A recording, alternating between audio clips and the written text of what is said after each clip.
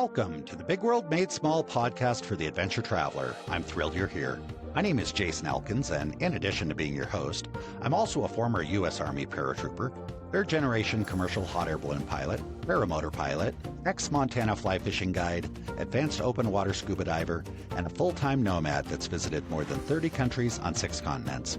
As a seasoned adventure travel expert with a passion for creating and sharing meaningful experiences, I'm on a quest to impact the lives of adventure travelers, the tour operators they rely on, and the communities that host them.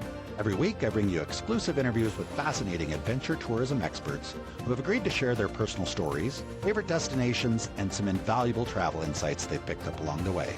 We'll enjoy a casual conversation, create some connections, and likely share some laughs. It's my hope that by the end of each episode, this big world will feel just a bit smaller. Let's get started, shall we? Welcome back, everybody, to another episode of the Big World Made Small Adventure Travel podcast. Today, we've got Jake Field here with us. He is the owner of the Ultimate Adventure Travel Company. Jake, so happy to have you here today. Thanks very much, Jason. Happy to be here. Well, it's a pleasure. Maybe our listeners could probably guess where you're at just based on your accent, but let's not make any assumptions. Jake, where are you located? Where are you today?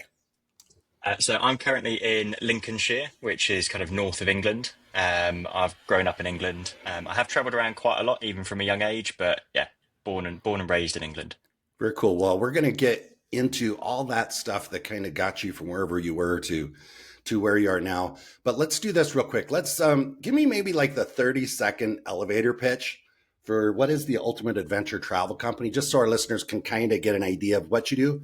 But again, 30, 45 seconds, and then we're going to go back in time and discuss how we got here. Yeah, absolutely. I'll keep it really simple. So the Ultimate Adventure Travel Company is a group travel company that I set up, basically focusing on adventure travel. So I target individuals that are looking for a group travel experience and take them on adventure holidays, such as climbing Mount Toubkal in Morocco, Kilimanjaro, Everest Base Camp, trips in Europe, such as husky sledding in Slovakia. There's a really big mix of hard adventure and soft adventure. And then I also work quite closely with some charities and private groups as well.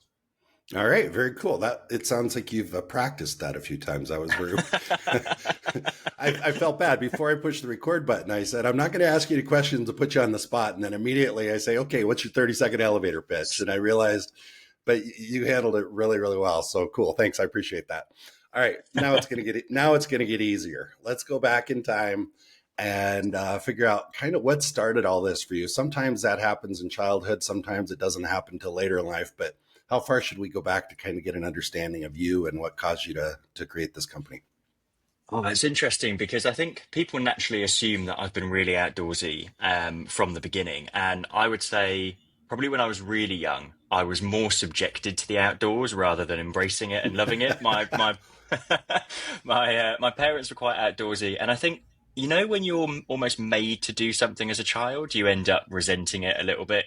No, I have no idea what you're talking about. What do you mean?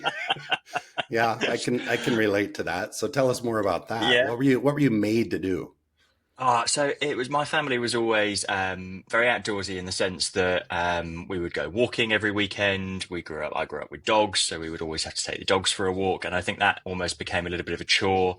We would spend our weekends over here. You've got places called National Trust properties, so big areas that you can go and walk around. And I think, about 14, 15, I really started not enjoying that. I wanted to be out with my friends. I didn't want to be spending the weekend, going and walking around these old buildings and houses. And now I find myself, that's exactly what I want to be doing with my weekends. I want to be outside. I want to be exploring. Isn't that crazy? Did you have siblings growing up that were kind of made to do these same things? Yeah. So I've got 2 younger sisters who haven't quite taken to the outdoors in the same way that I have now, but they still do enjoy being outside. I'm curious, how much younger are they? So one is, now you've put me on the spot because I'm going to get in trouble. Well, roughly. I'm not. No, one is, what? Are we talking months, years, decades? Years. So one is 23 and the other is 19. Okay, well, I don't know how old you are, so I'm trying to figure out how much Oh, younger they are than you. so I'm 25. All right, so we'll do the math. So a couple, Yeah, couple of years. 2 to 4 years younger. Okay, and then the reason I ask is because yeah, I'm envisioning a teenage boy Yeah. that that's like 14, 15, and spending his weekends with his parents and his younger sisters. Yeah, yeah, I You get it. start Okay. to get the picture. And you're a good looking guy, so I'm assuming you probably had plenty of other invitations to go do things on the weekends. And okay, all right. Yeah, there were other places I'd like to have been than in those moments, and I think what really kind of made that change was my uncle was a bit more outdoorsy, but he was quite outdoorsy in the sense of climbing mountains. He was working through his mountain leader qualification, so he was doing loads of hiking, and he invited me along a couple of times. And that became so much more exciting than just going for a walk around the park. And, suddenly there was a real sense of adventure. And I became really hooked. And the big turning point for me, I think, was actually when I was in college and I was struggling to kind of decide what I wanted to do with my life. And he sent over a couple of links. And it was at that point where I went, hang on, so this thing that we've been doing, every couple of weekends, you can get paid for that? It's like, why am I doing why am I doing this for free? This seems insane.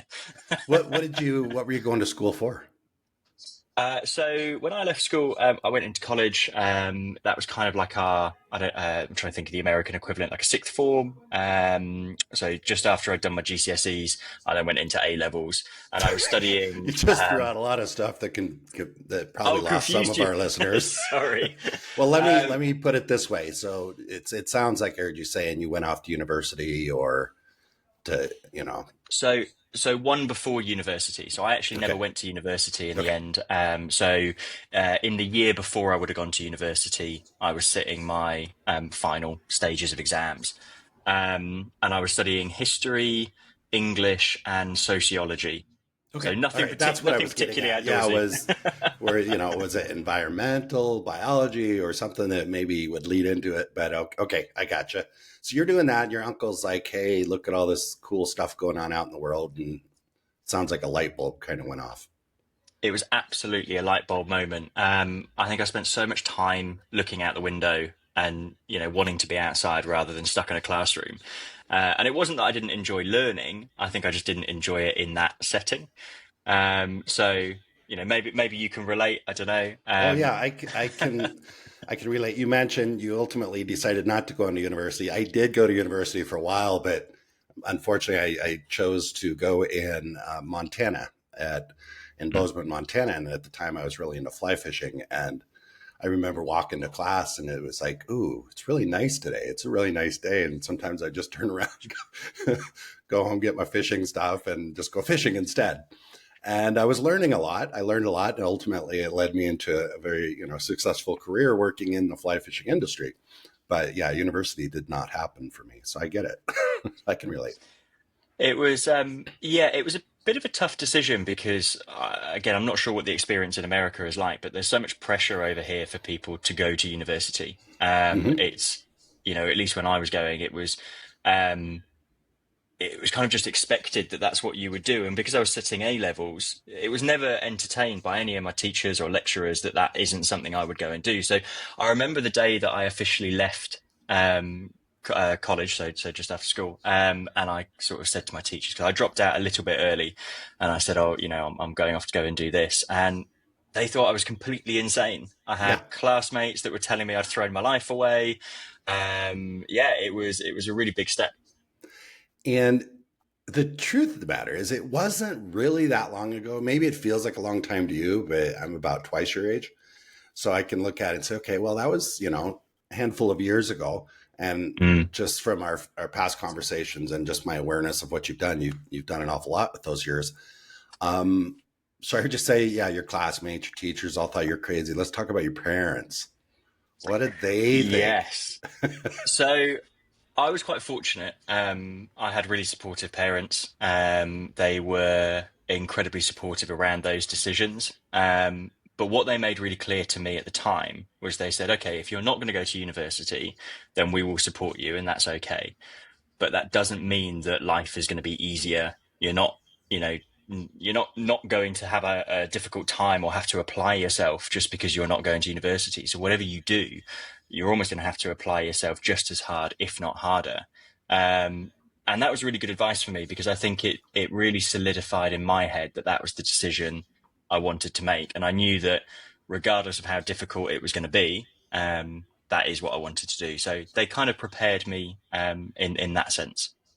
I when I heard you kind of explaining that, I thought, yeah, there probably are some people that are just like, okay, I'm sick of school, I'm sick of the routine, I'm sick of working hard, maybe, and so I don't want to go to university. But that's because they just don't want to work that hard. Yeah, And and I can hear in your voice and what you were just describing, this was like, no, I'm going to go work hard. I'm just going to go work hard on something else. An example might yeah, be some people might decide not to go to university and they go join the military. That's not easy, or they go start a business, or they go, join the Peace Corps or whatever. And it's not so. All right, I gotcha. Um, the uncle that kind of inspired this, was he your dad's brother, your mom's brother, or distant uncle? What was the connection there? he's my mum's brother. So Okay. yeah, we Did we your mom was happy with him? I mean, did this cause a rift between her and her brother that he was um, influencing you and encouraging you to go do something different? Or it sounds like they were pretty supportive. no, they were pretty supportive. I think if I had been saying, I don't want to go to university because I don't want to get up in the morning and go to lectures, I don't want to have to do this, I don't want to have to do this, then I think they would have been a lot less supportive. Sure. I've always had quite a strong work ethic. So I remember an example of that would be over here. A really common job when you're younger is a paper round. But you are supposed to be 13 before you can do a paper round. That's kind of the guidelines around it. Hmm. And I remember going to the shop and saying, "Oh, I'd like to do a paper round." And I've always looked young, Hmm. Hmm. but he said, "How old are you?" And I said, "Well, how old do you have to be?" And he goes, 13. I Well said, then. "Well, that's how old I am." And I think, I just turned 12 or something. Uh-huh, uh-huh, okay. I was just super keen to get out and push myself that way. So yeah, I think if I'd been um, less hardworking, they would have been a lot more concerned. But for them, they just said, this is going to be tough, but But if you they'd if you put your mind seen to it. that drive in you in the past. And so I'm curious, did you have a very clear path or plan before you quit school, or did you wake up the first day after school was over and then come up with the plan, or what did that look like? So I wouldn't say I had a really clear plan, but I did have a little bit of a goal. So before I was allowed to quit, I was told you have to have something in place for afterwards. And what that looked like, my uncle had sent me these two links to some outdoor training, and one of them was more based around outdoor education and centre work. In the UK, the training would be done over a year in North Wales. Um, and then the other course was 4 months in Central America. Um, and I'm not the most patient person. Hmm. Um, and I looked at that and went, well, I can either train for a year or I can train for 12 months. Sorry, for 4 months. Hmm. Um, so I decided, being impatient, I was going to go for the 4 month, far more intensive course. Had you ever been outside of the UK at that point? Uh, yeah, I had. I was fortunate in the sense that we traveled quite a lot when I was younger. My dad used to work kind of in business development. And we lived in Fiji for a small part of my life when I was much younger. Oh, He's well, I'm happy we actually, got back to this. You, Jay, because all I heard in the beginning was, yeah, we went out on the weekends and went for walks in the park, and now you're okay. well, We yeah, almost missed this part of it. Okay. there was definitely international influence. My dad, he's from New Zealand. Hmm. So he grew up in New Zealand. So yeah, my mum always says that she gets itchy feet after about 5 years of being somewhere. Hmm. I don't know if Okay. anyone can relate to that, but Okay. It's all starting to get clearer now. All right. yeah. Okay. Got it. So we had travelled. We'd lived in a couple of different countries when I was younger. From I think sort of 8 years old onwards, I was based in the UK. Okay. for all of that time. So yeah, I had the option to do these two different courses. One was a little bit more intensive, a bit more outdoorsy, was focused on preparing you for expeditions, and I just thought that sounded like the coolest thing. So I And immediately signed up for that one. I would have thought, I don't know, but I would have thought, yeah, would have just looked at it and said, well, Costa Rica or Wales? Yeah. Not that, not that there's anything wrong with Wales, but No, Wales was far more accessible for me to go to in my own time. yeah. Whereas, yeah, Costa Rica, that was definitely a bit of a once in a lifetime opportunity. All right. So you chose Costa Rica. So I chose Costa Did you Rica. speak any Spanish before you went? None. Okay. All right. Tell us the Absolutely none. story. That sounds fascinating. So the course was designed to prepare you for leading international expeditions, is how they advertised it. So you would go through your medical training whilst you were there, some different leadership skills. It was kind of a fully comprehensive course, and because of that, they charged a certain amount of money that was similar to a year or so at university. So the first thing that I did when I signed up to this was, okay, I'm going to go the following year.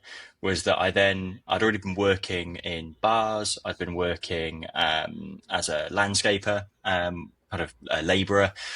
So I basically just went into full-time work doing those two jobs, landscaping during the day, bartending during the evening, and saved up a load of cash. Turns out expedition equipment can be quite expensive, Mm-hmm, mm-hmm. as I found out. So yeah, did that, and then began the course. Flew out. It was run by a UK company, and spent 4 months learning jungle survival, expedition skills, the leadership, the logistics. It was fantastic, but still to date, probably the hardest thing I've done. Yeah.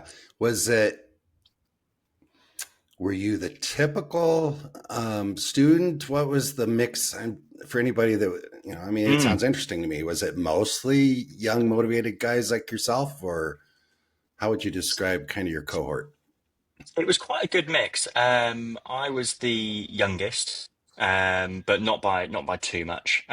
Typical age ranges were, I'd sort of say it was myself and one other at 18, 19, and then it went into mid 20s, men and women. There was only about 8, 9 of us, so it was quite a Mm-hmm, small group. mm-hmm. But all different backgrounds, different experiences, but same motivations and goals. Right. Very cool. Would you say it was closer to, well, I'm thinking like almost like basic training, right? Because I did the military thing. I was in the military for 4.5 years, and when you're describing this, I'm thinking, oh, it's kind of like a 4-month kind of boot camp to prepare you for going on to your regular duty station or whatever. I don't want to move past this quite yet, so I'm curious. Like, help our listeners really understand. I mean, you mentioned some things you learned, but what was it really like? What was like kind of biggest aha moment for you, or what transpired while you were there, I guess is where I'm going with that question. So I would say it's quite closely relatable to a basic training of sorts. Obviously it Did they wasn't a yell at you military. though? They didn't yell at us all the time. Okay.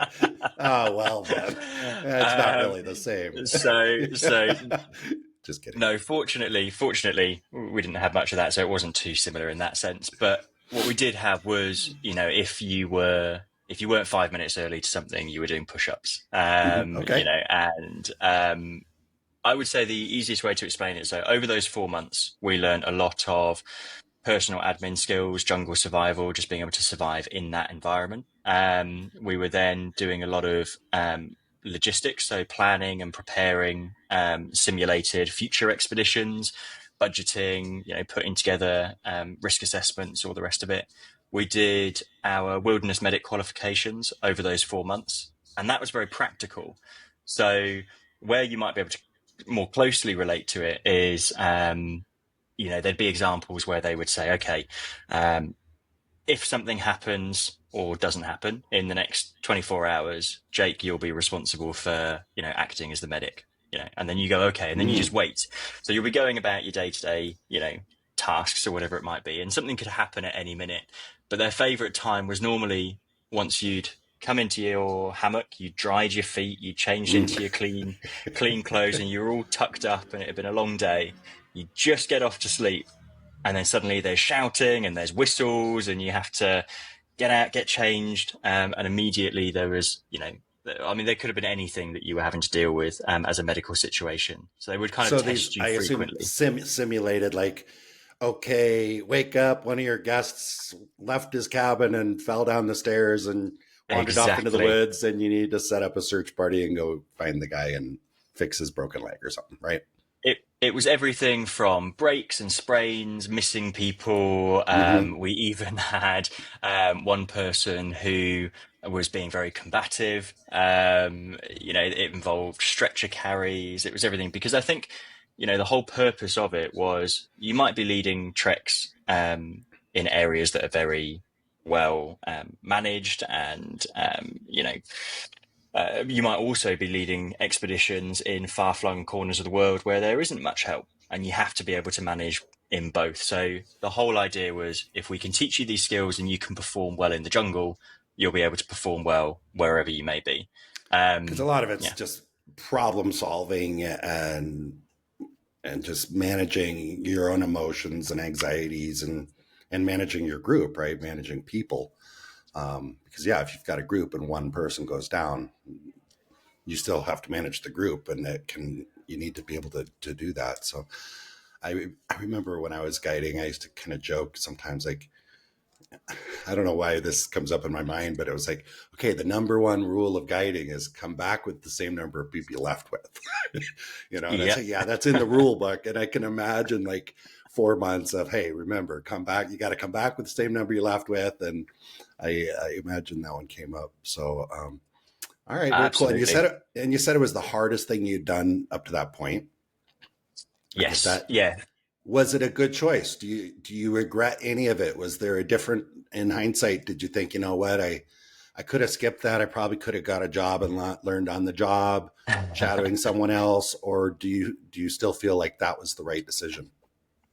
So I think in hindsight, I now look at it and go, okay, there are other avenues that I could have taken to get to where I am now. Um, but I think where I don't regret it, and I don't regret it at all, but I think the main reason is because it was so challenging physically and mentally, it really tested me of going, is this something that you actually want to do? And when you're lying in your hammock and you haven't slept properly for days and it's raining and you're covered in mud and, quite frankly, just a really unpleasant situation. And you do start questioning, is this a career I really want? I could be at university, I could be out with my mates drinking, I could be having a lovely time, but instead I've chosen to go to the jungle. And I think once you've once you've made peace with that, and once you go, no, this is what I want to do with my life, then that for me meant that it was unwavering. There was no doubt from Okay. that point onwards that this was what I wanted to do. But it was a So good test. it helped you figure out in the course of 4 months. Mm. What I'm hearing is in the course of 4 months, you figured out, okay, yeah, this is really what I want to do, as opposed to maybe going to university and getting a degree in tourism management or something Yeah. where you're sitting in a classroom spending a lot of money for 1, 2, 3, 4 years, and then getting an internship at one of these big travel companies to go lead group trips to Milan or something. Yeah. And yeah, so okay, so it was kind of helped you figure out pretty quickly, this is what it could be like, and I'm okay with this, so I'm going to keep moving forward. um I wonder also, like, I would think it would be great for self-confidence. You probably had pretty good Mm. self-confidence. Your story about going in and getting your paper route would kind of probably have pretty good self-esteem and self-confidence. But what came up for me is like when I joined the military, the recruiter showed me the videos of these guys in the swamps and on rubber boats and camel all over their faces, and it just seems so romantic and exotic. And oh yeah, and jumping out of airplanes, and then yeah, in your training, you're like, oh, this isn't quite quite what I was expecting to be like. And tourism is kind of the same way. The reason I'm bringing this up is tourism is the same way, because anybody that might be listening to this and thinking, yeah, I want to get into tourism, I want to be a guide, I want to have my own tour operator business. They see the Instagram, they see Mm. these beautiful websites. They see, people writing these reviews of the amazing trips they have. It seems very, very, very romantic. Or even if you're a guest and you go on some of these trips, you look at the guide and think, wow, he's got the dream job. But the reality sometimes is a little bit different. I have no idea where I'm going with this. Does that resonate? No, I'm sitting here nodding. I absolutely completely resonate with that. Particularly, there was a picture on the brochure of the training course, and it was this guy, and he was up to his neck in this jungle river. He had a shaved head. I might not have been up to his neck quite, but on his chest. He was carrying his rucksack high above his head, mud everywhere. And I looked at it and I thought, I want to do that. Yeah. Whatever that is, that looks amazing. That sounds like the exact same imagery. I wonder if both the military and this company use the same stock images for their brochures, because that sounds exactly like what I saw. And I don't know why that looked so much fun when I saw it in the pictures, because when I was doing it in real life, it was like, oh man, this kind of sucks. I was exactly the same. But the point is, once you've done it, you carry that confidence that, you know what, that was the hardest thing I've done. That was difficult, and I did it. I finished. I didn't quit, and that can show up in so many other areas of your life, whether it's in personal relationships or jobs or getting broken down on the side of the road, handling situations and that type of thing. So, absolutely. Right, so when you finished that, did they help you find a job? What was that like? Okay, congratulations. Here's your certificate. What happened then? So everyone's journeys were slightly different. Some people had completed that course and actually in the months afterwards had decided that it wasn't a route that they wanted to go down. And one guy went back to working at the bank, and somebody else went into selling land. There was a real mix of careers. Other people became paramedics. There were only a couple of us that really continued to look at the expeditions and the travel and tourism route. Do you think that this might be a hard question to answer, but you spent 4 months with them in the jungle, so you probably have some insights into maybe what their thought process was. Do you think that at the beginning, most of them did this because they thought they wanted to be expedition leaders and then changed their mind? Or did they want to maybe be a paramedic and thought, well, this is a cool way to kind of get started and it's a lot more fun than going to the community college? What do you think? I'd say there was definitely both. There were some that wanted to be expedition leaders and then by the end of the course realized, okay, I think I've had enough adventure for for now. And then there were others. One guy in particular who I got on really well with, he was applying to be in the RAF. And for him, this was a stepping stone. They told him, go and get a bit more experience, go and get some life experience. So he came and did this course and then immediately after was a paramedic for a year. And now he's in the RAF. So there were other people that used it as stepping stones. Okay. And then, the other thing that comes up is one of the challenges with working in tourism, or especially being an expedition leader where you're out on the road, is that just being away from home. And a lot of people, maybe they've traveled, but they go somewhere for a week or two. They go on vacation with their families and then they're home and they're with their friends and da, da, da, da, da. But then 4 months away can really that's the other reality. It's not just the stress of being in the jungle or the stress of being responsible for people or the skills or whatever. It's that being away for months at a time. Do you think that kind of played a role with anyone there? Was there homesickness moments where people like, man, I can't imagine doing this, being away from my family for months at a time? Or did that even come up? Yeah, I think it's a really normal reaction for people to have, is that over that length of time, you are going to miss family. Everybody's going to get a bit homesick, especially in those moments where, you're having to grit your teeth and dig deep. So everybody experienced those moments. But what was nice is that we all had come together as a group and were really supportive of each other.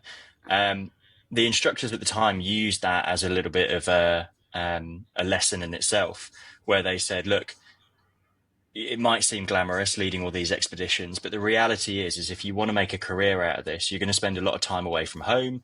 You're going to miss weddings, funerals, birthdays, Christmases. That is just the reality. So have a think, is that something that you're prepared to do? Okay. And if it's not, that's okay. But, are you prepared for the reality of what this might look like? I think they hammed it up quite a lot, but rightly so, because if you can accept that, then the reality, will be completely fine. Because I think that is something that happens. I think a lot of people go do this for a summer or two. They see it as a summer job, and Mm. they go work on a cruise ship in Alaska or something. Or it's not quite the same as what we're discussing about expeditions, but I think you know what I mean. That's a good Yeah. entry level, right? To go work on an expedition ship or something. And then, after a couple summers of that, they realize, geez, this is kind of tough because I make all these friends during the school year and maybe I get a girlfriend or a boyfriend and then I go take off for, the summer to go do these things. So I think it's important. And I wanted to touch on that because I do believe a lot of our listeners are maybe people that are aspiring to get into this type of work, Mm. which leads me to, okay, you finished. Did you have a job lined up before you finished? Did they help you with looking for jobs? What transpired for you? So I didn't have a job lined up afterwards. It was something that I think maybe a little bit more support would have been nice in terms of finding work and careers, but there were recommendations that they would give. They didn't really go ahead and hire loads of people from those courses. It was more designed for just preparing you for going and working for others. They did take one guy who was. Well, hold on a sec. That we don't need to discuss which company it is, but Mm. you just said something that made me think. Okay, so they have this training program, but then they're a tour operator as well that presumably hires some guides or some expedition Yes. leaders. Is that right? So they hire some from the course. There was one guy from ours who actually then ended up going back in future years and teaching the course, but he just loved Yeah, being guessing. Yeah. Okay. in the jungle. He loved it. But yeah, I wasn't one of those people. I was. Okay. Do you know what? I think it was a moment for me where I was 19, Mhm. I was just about to turn 19. I think. Um, I did love the course and I did reasonably well. There were still things that I needed to learn, and that was kind of the starting point of my journey, Mhm. I Okay. think. All right. Cool. So then what happened? So I left, I went back to landscaping and bar work in the meantime, and I was messaging and emailing and sending off. And what I really struggled with was I would get responses back, and people would go, "Wow, okay, you've done quite a lot already, and this sounds like a really good course. We'd love to have you on board. Thanks for your application. By the way, you left your age off. How old are you?" And I said, "Oh, I'm 19." And they went, "Ah, Ah. okay, come back in 5 years, we can offer you some work, but until then we don't employ anybody under 24, 25." So I was really hitting the wall with quite a Mm-hmm. lot of these companies, um, and it got to the point where, because of the nature of the training that I'd done, I then was immediately looking at the military. So that was something where I was like, I loved all the outdoorsy stuff. I loved, the high pressure environments. I'd always had, a fascination with the military. My granddad was in. So I was naturally leaning towards that direction. And on the day or the day before I was going to go to the recruitment office and have a chat, somebody responded to one of my emails and said, "Look, we've got a position. Would you like it?" And I said, "Yeah, absolutely." Whew. That's close call. Close call, Jay. Not that the military is a bad thing. That's a great story. Hey, a couple things. First off, did anybody, like when you signed up for this program, you presumably spoke with somebody at the company before you went and did this jungle leadership thing? Did anybody there say, "Hey, just so you know, it's going to be hard to get a job until you're 25 in this industry because most of the companies are hiring, people that are a little older," or did they just Mm. conveniently forget to mention that, or did you just forget to ask, or what happened there? Because I that might have think been helpful to know before you spent all this money and went off to this course. absolutely naively, I think I forgot to ask because in my mind, it was never something that was going to stop me. Right. If I Kind had of the like the kind of skills. guy, the guy at the paper route, how old do I Yeah. need to be? Okay. Exactly. Yeah. What do I need to do? I'll do that. Hmm. Hmm. And it was never mentioned. I don't think it's something that all companies have like a hard and fast rule about, but Hmm. there's definitely, I've noticed there's an underlying theme with certain companies where they won't hire below a certain age. And I found that in And all they may aspects of not say it. freelancing. It may not necessarily be, on the job description, hey, No. we're only because same thing. They're the same reason they don't say, well, we don't hire anybody over the age of 40 or Yeah. 50 or whatever. So we get it on both sides, right? All right. So did you those jobs you were applying for, were those expedition leader jobs or were those a little bit more entry level? The reason I'm asking these questions because Mm. anybody that's listening to this that's thinking about this, it might be a 19-year-old. Um, because if I was wanting to get into the business, I might go listen to the Big World Made Small Adventure Travel podcast and try and get to know some people. I don't know. But Yeah, anyway, I'd recommend it. so that's what we're like. What advice would you give based on what you learned? And also, you said there were maybe other ways that you could have got where you wanted to be.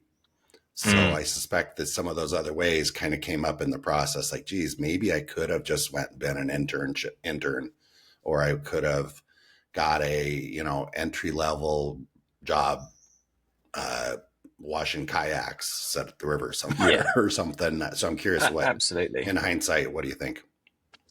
Well, I think the advice that I would give to anyone, and this podcast is a great way to network with people. And if somebody is listening that's been in a similar position or is in a similar position, that was really the moment where I realized that it's about who you know more than what you know. Um, Yep. and I know that's used all the time, but it's so, so true because nobody mentioned to me that my age might be a problem. It was never something I considered. Just that's the mindset I've got. I was really struggling to get those jobs. I was applying for obviously expedition leader roles because that's what I trained in, but I was also applying for assistant roles. I was applying for UK based work as well. Wasn't really my passion, but that's, I was looking to make a career in this industry that I just stepped into. Um, Fast forwarding just ever so slightly, once I'd made those introductions and once I'd broken through into a couple of companies, then the workload just soared. I was getting loads of opportunities and people were recommending me for this job and this job and this job because suddenly the age wasn't an issue. And they'd seen me Mm-hmm. work. They knew I could handle myself. They knew I could handle a group. And then it became okay. Um, Mm-hmm. but at the beginning, when nobody knows you, that's really difficult. Well, because it's a big risk, and I think anybody that's listening to this, even if they're 18 or 19, if they're 18 or 19 and they've got the maturity and drive to do the work, then they're going to hear what I'm saying and think, yeah, Jason, I get it. You're right. Because it's a huge risk for a company to hire an 18, 19-year-old and send them off as an expedition leader with certain levels of responsibility, even if it's an assistant job, maybe assistant expedition leader. You've got people going on these trips that are paying a lot of money that have potential health issues, all different kinds of things could go up, could happen. And that if something goes wrong, even if, and you're 19 and you do everything right, but still somebody's not happy, it's going to be that young kid. They had a young, inexperienced, da da da da da. Where if you're 25, you never went to expedition school, but you look older and you speak like you're a little older and you seem a little bit more mature, then the age isn't going to, nobody's going to probably say, oh, this young and inexperienced expedition leader. It's just, people are just that way, right? I Um, completely and agree. and if you do have the experience and you show up as mature and responsible and this and that for somebody else's company, you say, hey, well, okay, he did a pretty good job. The other company took the risk. He did a good job. Now we're interested. And Jake, what else? Do you have some time? We've got these projects going on. It sounds like that's what happened. Absolutely, and this was what started happening was once you'd made that first break, people were like, okay, well they took the risk and that was okay, so we're now a little bit happier to take the risk. And I do sympathise, and I do understand being in my position now. If somebody sent a CV over and they were 19, there would be a part of me that goes, okay, well I want to meet this person and I want to have a conversation because on paper maybe I am a bit skeptical. Hmm. Because of the age. But I really think that a lot of it comes down to meeting that person. What's their drive? What's their ambition? How do they handle themselves? I think what I hadn't realised, well, I maybe just hadn't thought about, is primarily you're going to be leading expeditions with people that are older than you. And Probably regardless of, significantly older. yeah. Yeah. um, so that's something that at 19, 20, 21, you're either going to be leading expeditions of people who are much older, or you're going to be leading expeditions with people at the same age. And both of those have different challenges in terms of how you manage those people, because some will look at you as a Hmm. peer and others will look down on you in the sense of, how much experience has this guy got, etc. Well, you probably know more about this than I do at this point. But I'm thinking the typical person that can afford, that has the time and resources to go on some of these expeditions, is probably somebody whose are off in college. Or so my point is, a 19-year-old expedition leader is probably younger than their children. And Yes. trust me when I say this. I love my kids. I've got an 18-year-old son. And if I spend a lot of money to go off and climb Mount Kilimanjaro, and somebody that is going to school with my son shows up to be the expedition leader, I'm gonna look at him like I look at my son. I love my son. But Mm. I saw my son grow up as a baby. So it's hard for people in their middle age to kind of, have that faith and confidence in people, that especially that haven't proven themselves or don't have the confidence. I mean, geez, the first time you show up for your first guide trip, I did my first guide trip. I was probably after the military. I had a lot of confidence after the military and stuff, but still, my first guide trip, I was a nervous wreck, and I was probably Mm. 28, 29, and I wasn't expecting to go out that day. And I remember my stomach was in knots all day and everything. So it's I don't know where I'm going with that, but anyway, No, but I I get totally I relate. get it, right? Yeah, my first trip was terrifying. Yeah. Absolutely terrifying. I'd done a little bit of UK work beforehand.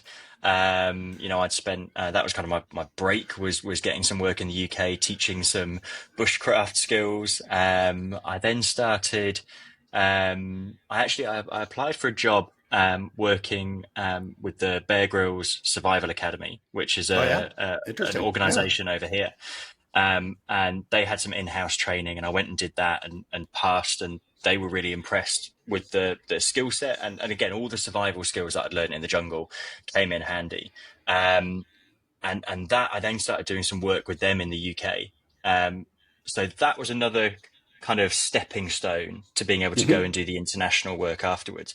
But my first international trip was terrifying, and I had a brilliant group. They were so lovely, but you have to have quite a thick skin when you're that age and you're in a foreign country and you've got a group of adults who, you're right, they have children older than you. My the most common comment was, "I've got t-shirts older than you." Uh-huh. Uh-huh. you know, um, but I think one of the best bits of advice I'd give to anybody is that it's all about how you handle people. It's about management skills. It's about, your ability to communicate with people. And I don't communicate with anybody in the same way. I don't have a style that is equal to everybody. Everybody I treat differently Mhm. because I try and understand their needs and talk to them on the level that they respond to best. And if I hadn't have done that, I think I would have really struggled. Um, but you have to be able to take a good amount of banter. I think that's the other thing. You have to, Okay. you can't get upset because then you will look like a child. So you have to handle the jokes well. You know who you're describing is a bartender. Do you Yeah, think probably. Yeah, do you're you right. think there's a Absolutely. connection here, right? Because I've had several conversations with people that hire guides and recruit, and And oftentimes I ask them, what is what industry produces the best guides? Like, or when you're looking at someone's resume, trying to figure out who to speak to, what do you look for? And oftentimes it's servers, bartenders, because bartenders can handle, you've got a whole bar with 15, 20 people sitting at the bar and another 40 out front or whatever. And everybody's got a different demand. Everybody wants to be heard and seen right now. And you're juggling multiple things and maintaining positive energy, trying to make everybody happy, and dealing with the difficult people in a tactful manner to not run it for everybody. It sounds a lot like an expedition leader, doesn't it? I would completely agree. I think when I was bartending, somebody described a bartender as, a bartender, but also a therapist and a counselor and a, father and a brother, and like all of these different roles that you may end up fulfilling in one night. Which is a guide or an expedition leader. It's the same, and right? Now that you've mentioned it, there's so many similarities. And I probably did, over a couple of years bartending, I think I did learn a lot of skills in terms of how to deal with people.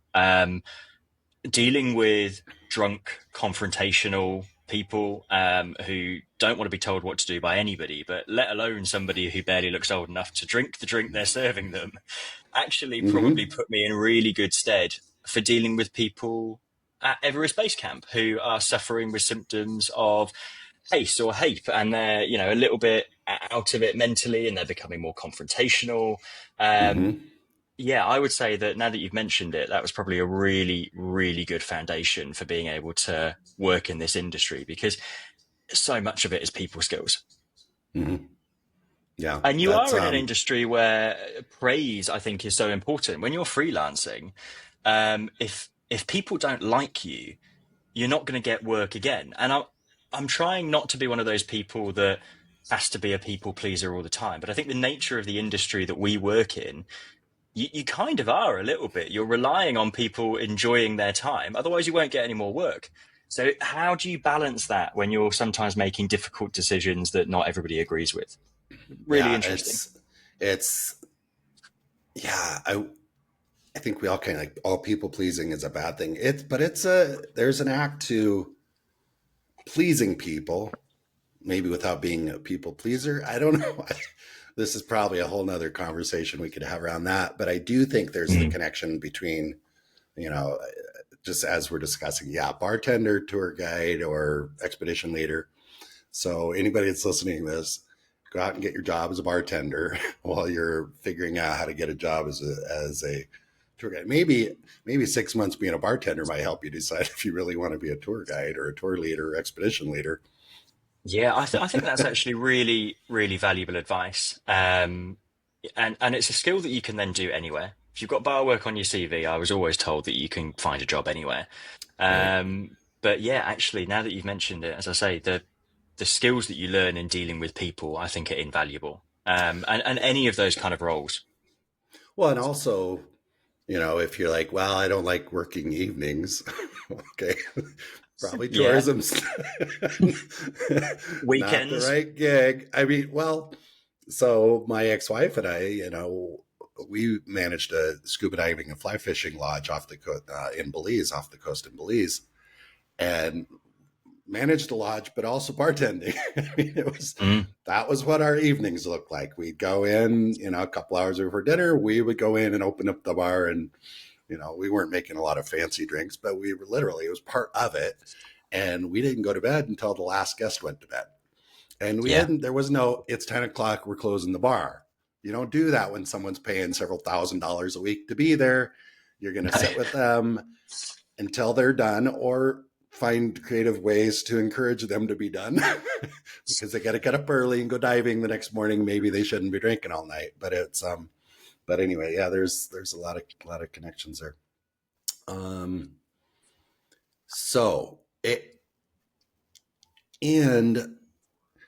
for somebody that's trying to get in, I've for a while now thought, if I was trying to get into the business, or I was in the business, but wanted to, because you mentioned it's about who you know. Like, I honestly, this sounds biased, but I would encourage people to go listen to things like podcasts, read blog posts, try and connect with the people that you want to work for. It's basically why I started the podcast. You know, in full disclosure, I started the podcast because I realized I needed to have more conversations with interesting people that I could find ways to collaborate with, you know, either website design or whatever. So my point is, listen to podcasts like this. Maybe, you know, maybe someone's listening to this that's 19 and reaches out to you, Jake, you know, a couple weeks after we release this episode and says, Jake, man, I heard your story on the Big World Made Small podcast, and it really resonated because I'm 19. I just got back from this Knowles leadership course in Wyoming or something, and I'm looking to get in. And, you know, maybe that guy comes and ends up working for you at some point. So listen to podcasts and then take advantage of what you hear and reach out to people and tell them what you hear. It makes you stand out a little bit. Right? So I've got the perfect example of that, because I can't recommend listening to podcasts enough. I can't recommend, you know, just fully throwing yourself into that industry, trying to, you know, research what everybody else is doing, connect with people, ask for help. I've found that actually people are often really happy to help and give you advice, so much advice for free, because they can relate to how difficult it was to get started. But so going back to the issues that I was facing to get started, one was my age, but two was my lack of relevant experience. And although I'd done all of this jungle training, some of the companies were saying to me, you know, well, we can't send you up Kilimanjaro, or we won't send you because we don't know if you can do it. If you came to us and you have Kilimanjaro on your CV, then that would be a different conversation. And I remember I was working one day, I was landscaping, and I was listening to a podcast by a guy who owns his own expedition company. And he was talking about his journey and how he started off learning skills in the jungle. And then he was looking at getting some work. And then he basically decided that he was going to run his own Kilimanjaro trip. And I listened to this guy's story and I just thought to myself, well, why can't I do that? Yeah. What's stopping me from doing that? So I totally stole his journey. I'll be the first one to put my hands up and go, I listened to him and I thought that's brilliant advice. So I then put and at this point I started working with the Bear Grylls instructors. I put an advert out on to our Facebook page and I said, look, I'm putting together a trip to Kilimanjaro. Who wants to come? And I had 5 guys who said that they were interested and they put their hands up. And I put together my own trip to Kilimanjaro, and I ran that in February 2019, and it was a success. Everyone made it. It was brilliant. It was incredibly rough, I would say. You know, I was figuring it out as I went along. But I then went in the following week and phoned up a couple of these companies and said, okay, I've done Kilimanjaro. What's your excuse now? Not only I did Kilimanjaro, I led a trip to Kilimanjaro, which is huge. I think that was maybe the other thing, is going, I haven't just participated. I've shown that I can guide a trip. Sign up and pay my way. I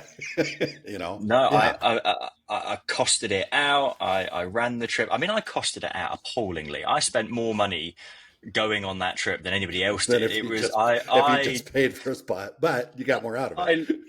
I lost a ridiculous amount of money. So I'd say to anyone, you know, do it better than I did. But I suppose it comes down to that mindset of me back at the paper round going, well, what do I need to do?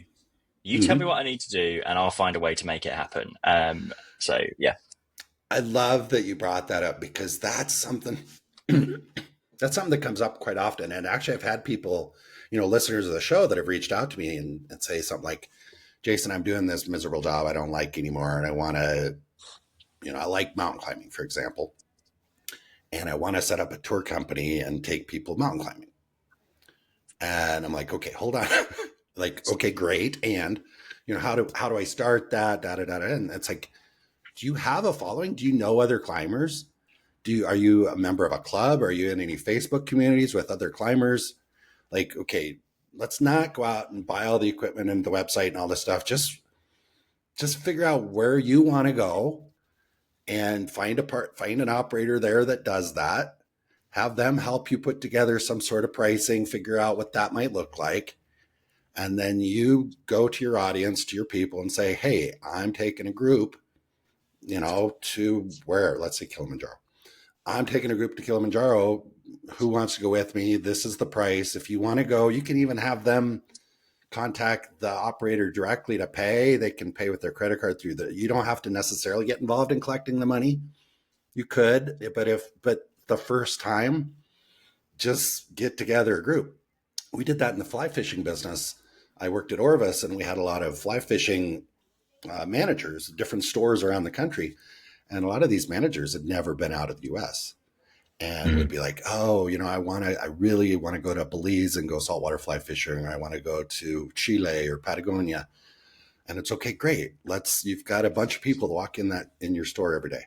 Let's I'll put everything together for you. I'll give you all the materials. And it's all you got to do is say, hey, I'm taking this group. You want to go? If you want to go, call Jason and give him your credit card. And these guys got to go lead all these trips. They didn't have to start their own travel business, know. And some of them then, after they left Orvis, had done 5 or 6 of these international trips and then kind of went on their own and did that. So I think that's a great, great idea. And I talked about it a lot. I'm sorry, Jake. But I love your idea. I'm happy you brought that up because that's something that hasn't really come up on the show. And it's something that people aren't aware of. I'm glad it's something that you could relate to, and hopefully other people can as well. And I think, again, giving advice to people who want to get started in the industry. Lots of people will be listening to this who, own their own businesses and have been in the industry for a little while. But I think the ones that are probably doing very successfully have mastered a few of those basic skills. They know how to interact with people, because networking and people skills are so important. They can put themselves in the shoes of their customers. And that's really important I've spoken to people who want to set up companies and work in travel, and they've never done any traveling themselves. They just like the idea of it. I think being able to relate to your consumers is really important. In some ways, I'd almost advertise trying to put yourself off before you make a go of it. In the sense of find out, or try and chase the things that are tough about that job. So expedition leading can seem extremely glamorous, okay? But if you don't like waking up early, going to bed late, working unsociable hours, you're not cut out for it. It might look incredible standing at Everest Base Camp, but I'd almost say find out the things that you don't like more than what you do, and that will help you, channel yourself into your job. And then if you want to run a company, and these are the things that I've learned over the last couple of years, it is a different skill set to guiding. And that's something that's been really shaped, my experiences over the last couple of years. Is that leap from guiding to running a company has been huge. And there's a lot of skills that I've had to pick up quite quickly. Well, it's typically a different personality style. I mean, there's the person that is leading expeditions is not always the personality type that you want doing your bookkeeping or your marketing or any number of things. So one of the challenges that's come up quite often in the conversation, most of the time I get the extroverted person that represents the company. If I go to a company and say, hey, we'd love to have you on the show, I usually get the person that maybe the founder of the company that started out as a guide. He's very extroverted. And then we discuss how he was fortunate enough to have a partner that actually keeps the business afloat and keeps things going. So that's important. And also I wanted to touch on, because I suspect, you do group trips, you do group expeditions. So if their motivation to get into the business is they want to stand at Everest Base Camp and they don't have enough money to figure out how to get there, so they think, well, I'll start a business or somehow. But I'll tell you what, I suspect if a listener of the show reached out to you and says, man, I've always wanted to do Kilimanjaro. I've got a bunch of friends that like to go do stuff like that. Can you help me put together a group? If I get enough of my buddies together to do this, can you help me make it work for myself financially? I suspect that's a really good opportunity for you and for them, right? You're open to that, aren't you? Absolutely. It's so funny. It's so funny you said that, because I had a LinkedIn message 2 days ago now, and somebody reached out and they said, oh, I love what you've been putting out. I found it really informative. I'm looking at starting my own travel business. I've been a guide for X amount of years. What do I need to know? What are things that I'm aware that there's a lot that I don't know, but I'm used to guiding, etc., etc., etc. Anyway, we had a really good conversation, and one of the things that I then ended up saying to him was, look, it's different from guiding to then running your own. And there's a couple of key things that I wish that I had done, maybe done before starting my own, in the sense of one, having been or being able to have some marketing material from a trip that I can then use to put out. Fortunately, I've been guiding for so long. I've got lots of pictures of me on mountains, and I've been taking groups away. But also getting an understanding into the business. And I was quite fortunate with my previous role before I jumped into running my own, as I was running somebody else's. I would say, if you want to run a business, run somebody else's. And then Yes. step into your own. It's the best training ground you can have. Learn on their dime is what I always, have heard is, go learn on their dime. And then once you kind of know it, exactly. Absolutely. Yeah. And this might sound really heartless, or maybe it won't, I don't know, but, play with their money, learn what you need to do. If they trust you and you've stepped up into that role, take some risks. You'll soon figure out whether it's something you can do or not. But I said to this guy exactly what you've just suggested. I said, look, how about if you've got a group of people? He said, yeah, I do. I said, why don't you bring them to me? I'll let you run the trip. You can see what it's like to run your first expedition. I'll facilitate it, handling the payments. I've got all the insurances, all that kind of stuff. But you can get that experience. So that's something that we're going to talk about. And I think, for anyone listening, acting as in that way is actually a really good way to gain experience. Absolutely what I would do. Anybody that called me and said, I want to start taking groups, I would say, okay, if this is not something you've been doing for a while, if you haven't led groups outside of the country, let's rethink this. How about we find somebody who's got everything set up that can actually give you, documents, maybe even give you a page on their website that you can direct, your Facebook followers to. Let them do that. And you just go, hopefully get your costs covered. So you're not shelling money out of pocket. You're able to go. And if it works well the first time, figure out, how do I do more of these, and maybe start to generate some money working with your partners. There's so many ways to go do these amazing trips without having to start your own company, buy a domain name, build a website, get an LLC, get the insurance, and all the crap that's involved. And I suspect the vast majority of people that go through all that, well, most businesses fail, early on. There's probably a lot of websites out there. And I know, because I do websites for a living. I spend a lot of time looking at websites. And there's an awful lot of travel websites out there for people that have never led a trip, because they started the business. They went through all the stuff. They convinced their spouse to let them quit their job so they could go start a travel business. And then, 6 months later, they are selling real estate in Arizona or something. I don't know. No, absolutely. So, all right, that's good. So, man, Jake, we've discussed so many things. I know we could keep going. Before we wrap up, though, I'm curious, what are we missing in this conversation? What did I forget to ask you? Because I know we didn't cover everything. So, but at this point, what is most important for our listeners to know about you? Your business. What do you got? It's been a really, really great conversation. I just wanted to take the time to say thank you so much for having me on. I get the impression that we could keep talking for, I think you're coming good back. Another hour. I didn't want to put you on the spot on the air, but please come back, because I think we've only touched on just the tip of the iceberg. Or I was trying to figure out a pun on mountain climbing, but anyway. I'd love to. It's been a great conversation. I suppose some of the things that we maybe necessarily haven't touched on is I've definitely learned so much over the last year or so in setting up the business. And you said most businesses fail early on. Being able to take my experience from being a guide, then looking at the experience and the skill set that you need to run a business. How do I put those two together?